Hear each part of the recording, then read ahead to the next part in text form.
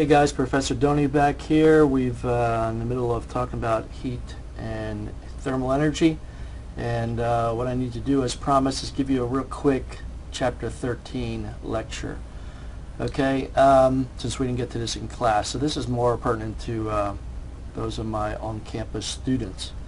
Alright, what you're going to need to do just to make this, because I only have a few minutes, is to download or at least view my chapter 13 lecture notes on temperature. You can find those on my website, and Physics 101, and then lectures. And at least print those out and look through. It's going to have a few definitions there for thermodynamics, for temperature, which is the measure of hotness and coldness. There really is the internal kinetic energy, and talks about how we have built-in thermometers, basically our fingers. As little kids, we would grab things to see what they are and then put them in our mouth. But usually if it was hot or cold, it never made it as far as our mouth, hopefully not.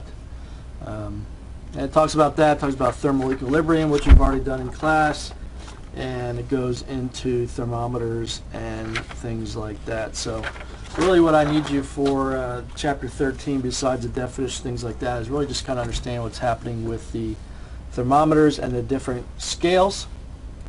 Alright, we have the centigrade scale and the Fahrenheit or scale, and basically we go from a freezing point to a boiling point.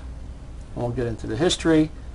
32 freezing for Fahrenheit and 212 boiling point, and freezing point or melting point depending on which way you're going. And for centigrade, this is going to be at 100 and this is at 0. So basically when they're looking to build the conversions and the scales, centigrade means centi or 100, so there's 100 graduations here, and we see on the Fahrenheit scale there's 180. So scientists back before digital were actually preferring the Fahrenheit scale because it was more accurate. It had more levels or lines on the temperature scale or thermometer they can measure more accurately. But now with digital, not so much, doesn't really matter so much. So how they get out these equations out of here? Well, to get these two to start off at the same point, they have to take the Fahrenheit and subtract 32 from it. Okay? Take 32 off that, they come to the same starting point. Then to convert it down, okay, we have to go from centigrade to Fahrenheit. We're going to take the ratio of this 100 over 180, and what that's going to give us is degrees Celsius. So that converts, or reduces to, not converts, Fahrenheit minus 32 is Celsius, and that gives us our first equation. And what we could do is put in the boiling point just to check it. Put in 212 there. 212 minus 32 is 180. 5/9 of 180 is 100. That checks out.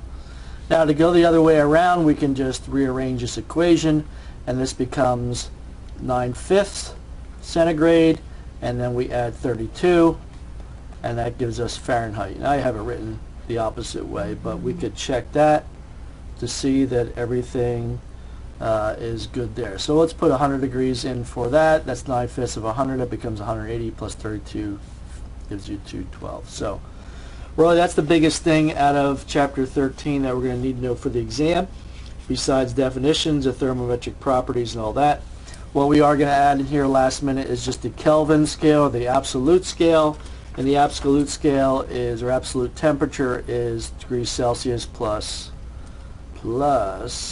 273, I think 0.15, and that puts it into Kelvin. That means absolute 0, where Kelvin is 0, is where we don't get it colder, and since temperature equals the average internal kinetic energy, it means that goes to 0. There's no motion of moving of anything when we get down to absolute 0. So just shows you how to get to that scale, and hopefully that was helpful. Check out the notes for the rest of the stuff, and we'll be good to go.